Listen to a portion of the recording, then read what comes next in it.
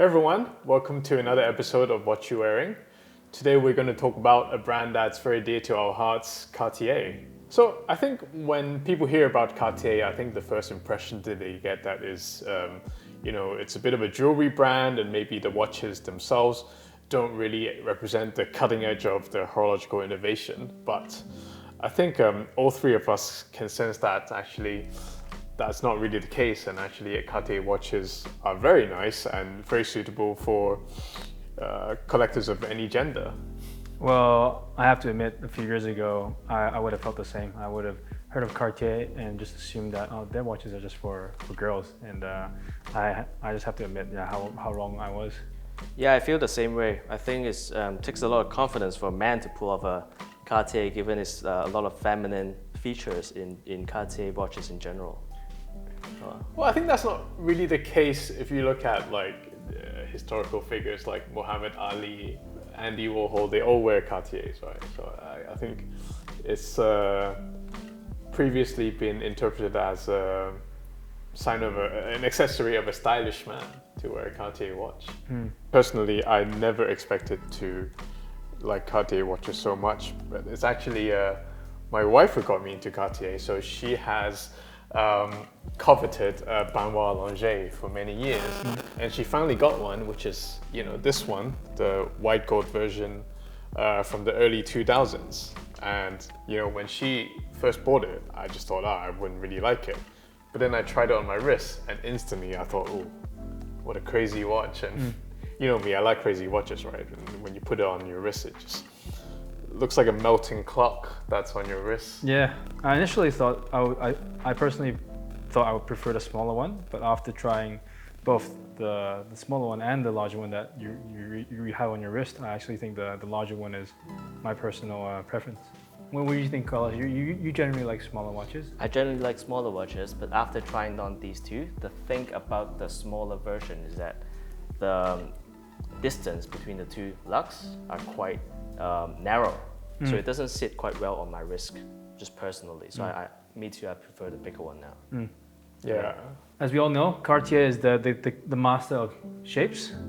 They've released iconic shaped watches over the years. So why don't we just go through a few of the different shaped watches we have here today? Yeah, why don't we talk about the first, The first one. Yeah, the first one.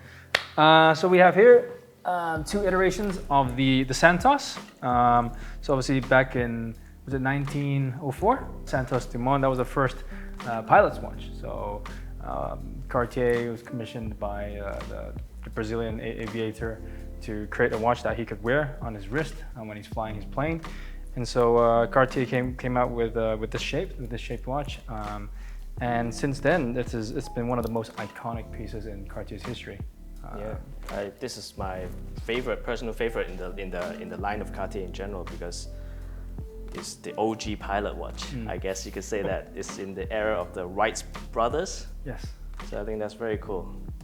Like normally when you think pilot watches, you think of IWC, you think of the big pilot, but this is a subtle pilot watch, I would say. The gentleman's pilot. Yeah. Yeah, I guess this, Santos Dumont is the closest it is to the original Santos Dumont that's made in the early 1900s. But what you have here, which is the Santos Carré from the late 70s, early 80s, is a bit of a different kind of imagination of this watch itself. It has the famous 80s two-tone look to it, Yes. coupled with an oxblood dial, which I think is really cool. So besides the Santos shape, what other Cartier shapes do you think you really like?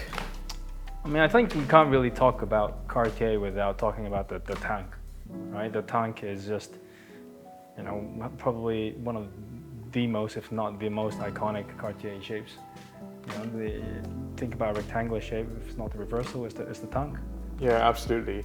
I think the tanks are famous for being inspired by the Renault tank. I guess you can sort of imagine it looking like a tank top down, with the sides being the wheels, you know, with the belts, and the middle of it is just like the body of the tank. But I guess this shape itself is so iconic nowadays that anyone can recognize a Cartier tank. Here we have a few, you know, we have this one, which is the Tank Must Solar Beat. It's one of my personal favorites because this reportedly can run for 16 years straight if you give it enough sunlight and it charges itself. So it's a quartz watch, but a very practical one. And I guess in terms of running time, this probably outlasts a Pigeon Elegant. Yeah, and I guess it's quite good to see how Cartier is taking modern technology and combining it with such a traditional and classic design. And so they are taking the design and their watches forward and not just making the same watch over and over again. What about yours, Carlos? Why don't you tell us a bit about your tank over there? So this is my wife's watch, similar to Helbert. I also got to know a little bit more about Cartier through my wife, and this is her first Cartier. So this is a Tank Solar, one of the more affordable line of the Cartier lineup. And what's interesting about it is that although it looks like a fully gold watch, it's actually two-tone. On the back is steel, so very comfortable, very light. For me, I've actually got two tanks as well. So these are the two tank musts that they released. Was it in 2021, I think? So they released a series of three, one blue, one red, and one green. I actually wear these quite a lot. So for me, the personal connection is that I have two daughters, and the reason I bought these two was, you know, one has a nickname that sounds like Ruby, and the other one sounds a bit like Sapphire. So I decided to get one red and one blue for them. For now, they're my watches, me and my wife's. And but yeah, when they hit 16, or maybe earlier if they're lucky, then these will be their first watches. Yeah, I think these are really cool because Cartier has revived the tank must design language from the 80s, right? Where, you know, it's just like plain dial, but with like a, you know, color on it.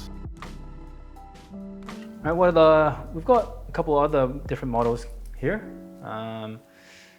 One that I recently got is this Cartier Tortue. It's from the late 70s, early 80s.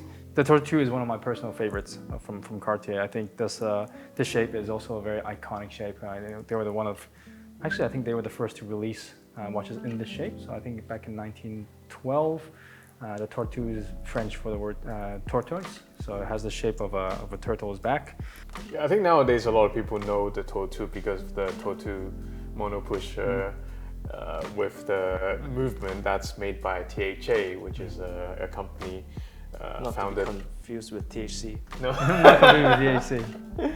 No, it's a company founded by like Pigeon, Vianney Halter, Denis Vagelet. So clearly, those are all very revered independent watchmakers these days. But back in the day, they were making movements for big name companies like Cartier. But you know, needless to say, the Tortue has been made in a lot of iterations that are time only, as well as complicated as well. I think some of them have perpetual calendar movements in them, but you know, I guess for us the time-only ones are the most pure, most I think so. I think it's the best. I mean, a lot of the stuff here. I mean, everything, right? Everything is just time only. I think Cartier has never been about complications or about the movements. Yeah. You know, you don't buy a Cartier for the movement. You buy a Cartier just to look cool. So the cloche is clearly one of the most popular shapes in terms of the Cartier Privé offerings in recent years. I think it's really cool. I mean, you have a watch that when worn on the wrist is sort of sideways, but you can also put it on your table and it can function as a tiny clock itself. I guess the name cloche itself means bell in French. So it's very fitting, very quirky, and paired with a black strap like this, I think it just goes well with, you know, formal clothes really nicely. But I gotta say, it's a little bit confusing when you first, if you first like wear it, right? You're gonna read the time a little bit wrong most of the time. It takes a bit of time getting used to. Why don't we talk about what's your personal favorite from all these?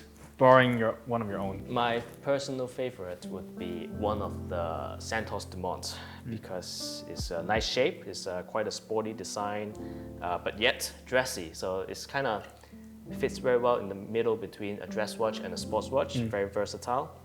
And I like that it's got this aviation backstory to it. Yeah, that's my favorite. What about yours, Albert? I think for me, if I can't choose one of my own, then I will go for the cloche. I think it's really cool. The size is just right for the wrist. I think for some people they may think it's a bit small, but I just love the fact that it's sort of sideways and a little bit quirky. And I love weird watches, so to me, this is, you know, one of the weirder ones out of Cartier's selection. I think it goes with my outfit today.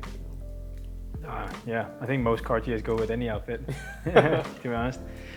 For me, I would pick Urban Noir Longier. I think this is I would say an underrated design even now. I think Cartier excels the best when they're in these elongated shapes. So the iconic, like the Tank Centre, even the tonneau. Because it just adds this extra bit of flamboyance. It adds the extra ergonomics on the wrist. You know, like this one curves so well on the wrist. It's just so comfortable. Okay, so I hope you really enjoyed this episode today that we have talking about Cartier. If you want to find out a little bit more about the Horology Club, please go to our website, horologyclub.com, or follow us on Instagram, or subscribe to our YouTube channel.